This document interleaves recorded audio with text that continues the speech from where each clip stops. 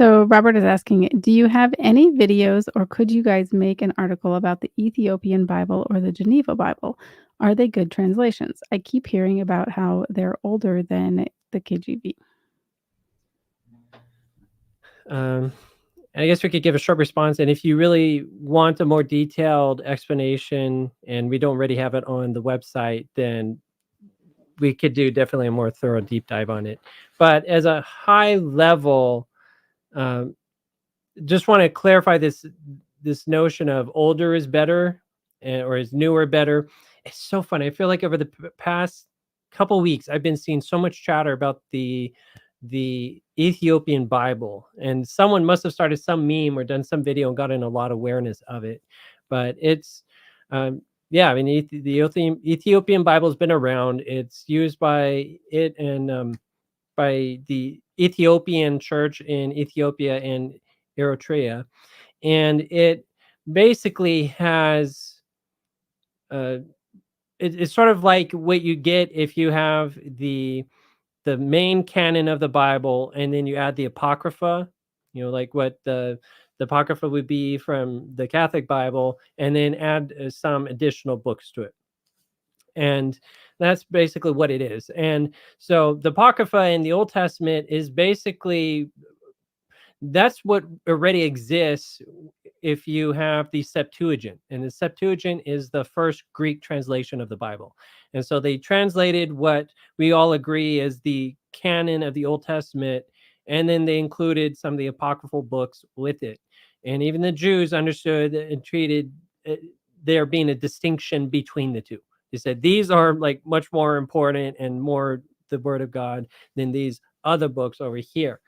And so uh, if you want to get the best, you want the most accurate source on these things, then you go back and you look at the Septuagint, or even further back to older manuscripts of the Hebrew stuff, which that gets tougher, granted. Even the Masoretic text that we use as a basis for a lot of our modern Bibles and the King James Version and the Masoretic text is still a bit modified. There's still room for where changes have been made recently in history, even after the New Testament times. And it's not necessarily the oldest thing that goes back. But what's been helpful with the Dead Sea Scrolls is we can see then what was in some writings in some people's Bibles way back in time, preceding even Jesus in the New Testament time, and compare that to what we have in our Hebrew text. And it's been very reassuring. Maybe there's like a little period missing or a little a or the missing or whatever, but it's more or less confirmed the accuracy of the Old Testament throughout the couple millennium, since those things were written. So, do we know exactly the writings that were penned by Moses, penned by Jeremiah, penned by the prophets, all these? No, those are long gone. We're not finding those documents. But what we're seeing, though, is still that the integrity of the Bible has been good throughout this time. And we don't need to be going and let's say, looking at the bulk of what's there in the Ethiopian version of it. Same thing with the Geneva. It's you're going to have largely a translation of things. It's one of many English translations, one of the older ones, not the oldest. You have William Tyndale's Bible, for example. But it is interesting because when you look at a translation, the translation is giving you insights at times into the theology of the translator.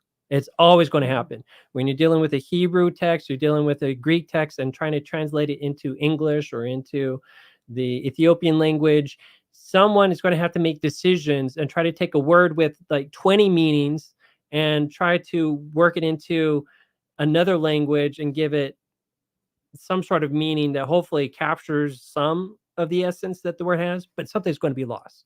Or someone's going to have to decide, okay, of these 15 potential meanings, which one am I going to go with when I translate it? Like there's going to be much that's lost in translation. Yeah, I guess just there's much that gets lost in translation.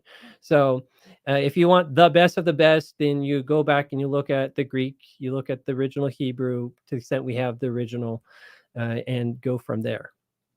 But otherwise, if you only want to read in English, then yeah, look at all the English translations, and they all give you insights. You start seeing the possibilities of the variety of meanings that you have there in the Bibles. But then back up one more time, though, going back to the Ethiopian Bible. So, what do we do with all these extra books? So, the Ethiopian Bible has all these extras, even more than what you would find in the canon and the Apocrypha of the Catholic Bible. Does that mean we're missing out on something? There's some secrets that God has in there, some gems. Well, a lot of these still aren't necessarily common books. Some people say that there's no one full publication of the Ethiopian Bible, and there might be a book here and a book there, and they're hard to come by. Uh, to me, it seems very weird that God would hide important truths somewhere in some obscure book that very few people read in a language that very few people know.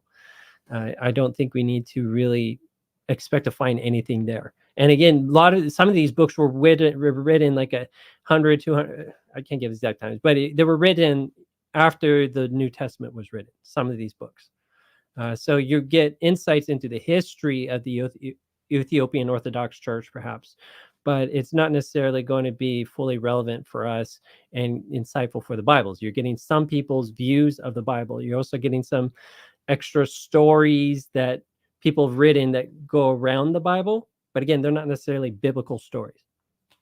For example, The Chosen. It's like modernly, what The Chosen is for us is what some of these books might be for people back then.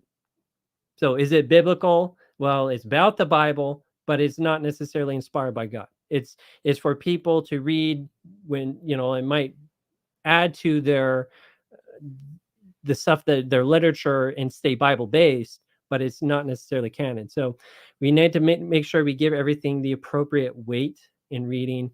And there's nothing of greater weight than the canon that has been largely agreed to by people for years, for centuries. And a lot of books too that people think, oh, well, they're trying to hide this book. They don't want everybody to know about this book. A lot of them, for example, are Gnostic gospels and Gnostic writings. And if you read the Gnostic people, they are not even close to Christians. They wanted to confuse people, make them think they're Christian. And there was a battle within Christianity about what do we do with Gnosticism. But rightfully, it was decided to be a heresy. It really is bizarre stuff that's contrary to the rest of the Bible. So you can't say, well, I want the Bible and this book and believe both of them. You can't. So you have to toss one out. And I think our forefathers made the right decision of tossing out the stuff that's inconsistent with the rest of the canon. And as Isaiah says, to the law and the testimony, that which does not agree, it is because there's no light in it. And that was always the test, and that still is the test to apply to any supposed new light. So I hope that's helpful. And again, if you'd like a more detailed, thorough breakdown, a scholarly approach to the Ethiopian Bible or the Geneva one, we're happy to do that.